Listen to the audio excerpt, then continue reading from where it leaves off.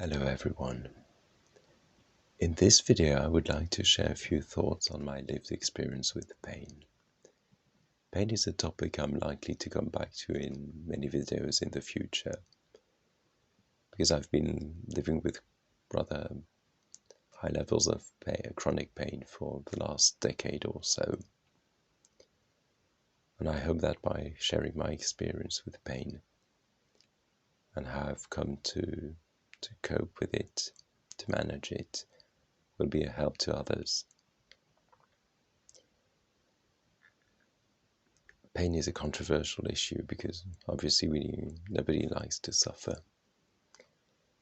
And of course you can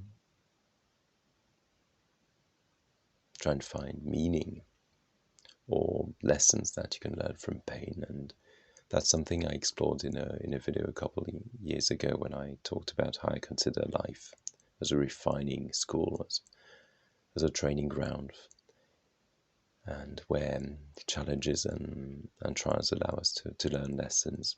So if you like, you can check that video. I'm sorry, it's quite scripted, so anyway, you can have a look at the video and hear a few of my thoughts on life as a refining experience. But coming back to pain, there's a couple lessons I've learned from it. I think the main one is empathy and compassion for others, for fellow sufferers. And it's also part of what has motivated me to create this channel, on top of the support of my family and friends. But pain has also taught me humility. Humility in the face of challenges and when your life doesn't go the way you expect it to go. And you've got to adapt. You've got to live in the present. You've got to keep going with the pain and other challenges. And that can be very difficult, but hopefully with the right support over time you can come to live with it. But anyway, that's not the focus of this video, so I'd like to come back to pain. When I first, at the onset of my condition about 10 years ago, I started experiencing high levels of pain. And the way I dealt with it, of course, was resisting it, because I didn't know where it came from. It was severe, it was distressing, like chest pain. That can be very distressing. You start wondering whether you have an issue with the heart. And of course you don't like the pain, nobody likes the pain, and you resist it, you try and push it away.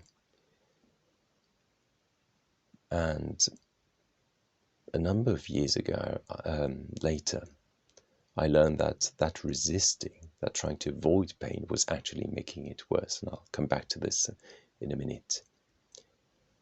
But I was fortunate enough to, probably also because of my faith and my views on life, and I would add the tremendous and wonderful support of my family, who have been extremely supportive and loving and caring. And I learned to let go, not to resist it so much, but to accept it as one of the components, the factors in my life. But still, it is not at all a pleasant experience, and it's only in the last 2 or 3 years that I've understood a bit more about pain and how to live better with it. And I'll try and explain a little bit of that, what I've learned about the different components of pain, and how being aware of these different components can help you sort of lower the levels of pain. And that's especially useful when you have to deal with chronic pain and discomfort. And let's take an example. If you touch a hot hob, you will feel pain, and that pain will be useful because it will warn you that you're burning your hand and that you've got to pull your hand away from it. That's probably an experience that many of us have made. But with chronic pain, because it's long term, we resist it all the more. The reaction we have to the pain amplifies it tremendously, and neuroscience helps us understand what's going on in our mind. When we experience pain in the long run, our brain becomes very, very powerful at sensing the first signs of pain. And our mind or brain will zoom in on it, to analyze it, to understand the underlying cause of that pain, to try and solve it and help us avoid it, run away from it. And unfortunately, with chronic pain, you can't run away from it. You can't pull your hand off the hot hob. So you've got to stay with the pain. And the problem is, of course, you resist the pain, you try and avoid it, and you start worrying about it. You start wondering how long that pain is going to go on for. And then you start telling yourself, I can't cope with that level of pain, or with pain that lasts, even if it's mild pain. It becomes very difficult because you can't run away from it, or you think you can't run away from it. And that's where it's interesting to make a distinction between what people call primary and secondary suffering. Primary suffering is the raw sensations we feel when we experience pain, like when we touch a hot hob, or when we cut ourselves and get a nervous signal warning us that we've hurt ourselves and that we need to do something about it. That we need, for instance, to remove our hand from the hot hob if we want to avoid further burning ourselves, and that's very useful. And then there's secondary suffering. It's our resistance to pain. What our mind will do to try and avoid the pain. And with chronic pain, it just makes the situation worse. Because we try and avoid it. But then we start worrying about it. And we make that suffering worse and worse and worse. And in fact, what we end up suffering from is that secondary suffering more than the primary suffering.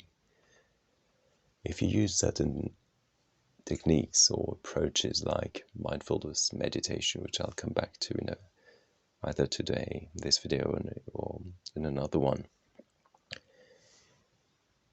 if you manage to pay attention to your experience without trying to resist it, and that's what mindfulness does, you realize that the pain you experience actually fluctuates and goes up and down. It doesn't stay the same. And if you are able to really tune in to your experience without judging it, without trying to avoid it or worry about it, or how long it'll go on for, how terrible it'll be or could become, how many times a day we have to experience it, but just try and experience it. I know it's difficult to do, but if you can do that, then over time you realize that the pain goes up and down, that it doesn't stay the same. So that teaches you, that helps you understand that the pain will lessen at some point. And just being able to realize that there's that fluctuation in the pain level, it gives you a little space. You're able to step back from your pain.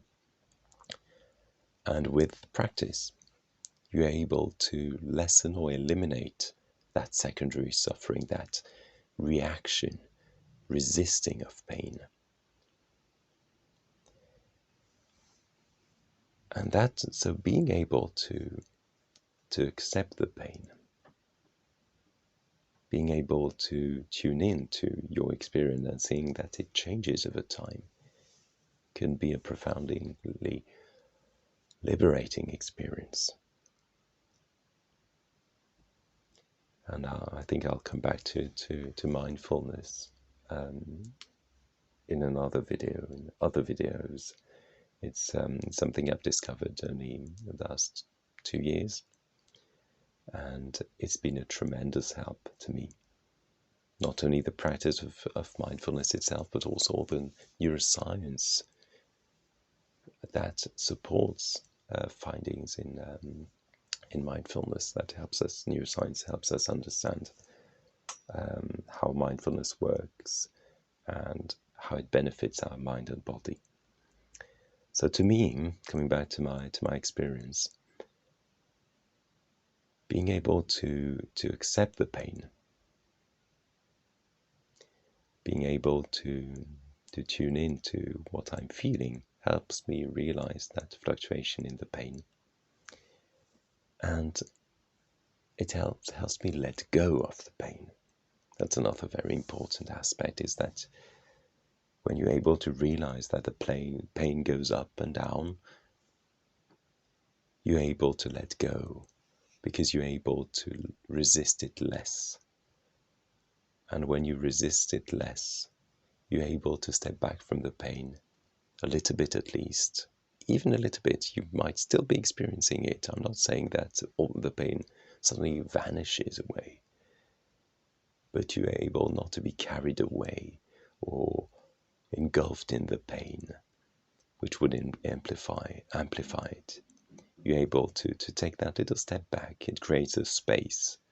To me, I call it a place of refuge, because I'm able to observe my experience, I'm able to observe the pain, and I'm able to let go of that suffering, of not amplifying it by being afraid of the pain and how long it'll go on for.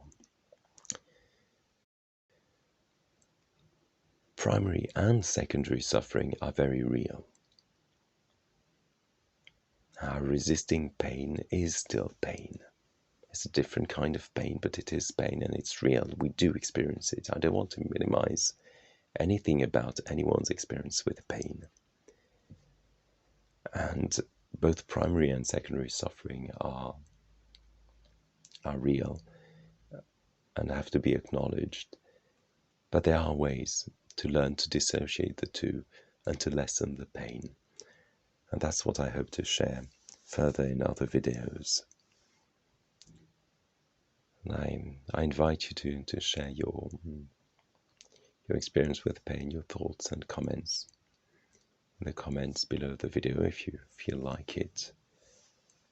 And I hope that if you haven't been doing it yourself, just being able to try and accept the pain, not resist it too much if you're dealing with chronic pain especially.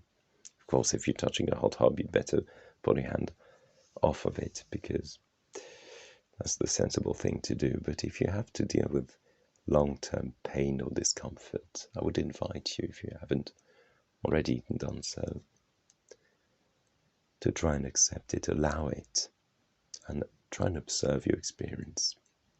Try and see where you feel pain and whether the pain goes up and down, and just try and allow it. Some would say to breathe through it, and that's something I'll come back to in other videos.